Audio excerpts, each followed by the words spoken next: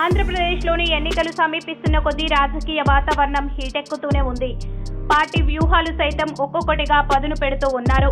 రాజకీయ నాయకులు ముఖ్యంగా తమ డిమాండ్లను నెరవేర్చుకోవడానికి సరైన సమయంగా భావిస్తూ ఉద్యోగులు, రకాల సామాజిక వర్గాలకు కూడా ఈ విషయాన్ని అనువుగా భావిస్తున్నారు. దీంతో చాలా మంది ఎన్నికల సమయం కావడం చేత ప్రభుత్వమే దిగివచ్చి తమ డిమాండ్లను నెరవేరుస్తున్నట్లుగా తెలుస్తుంది.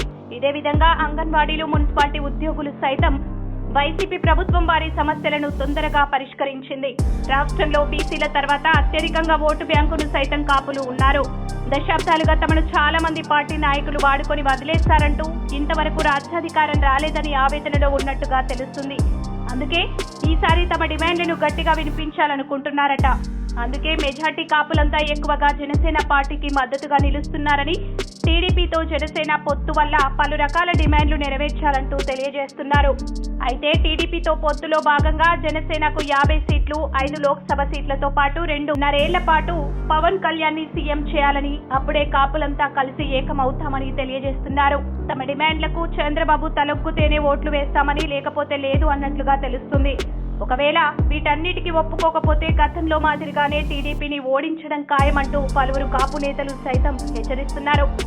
ఇందుకు తగ్గట్టుగానే కాపు నేతలతో సైతం పవన్ కళ్యాణ్ హాజరు కాబోతున్నారని, తమ డిమాండ్లను ఆయన దృష్టికి తీసుకువెళ్లబోతున్నట్లు వార్తలు వినిపిస్తున్నాయి. జనసేన కాపులు టీడీపీకి వార్నింగ్ ఇవ్వడంతో చంద్రబాబుకు ఇప్పుడు తలనొప్పిగా మారుతుంది.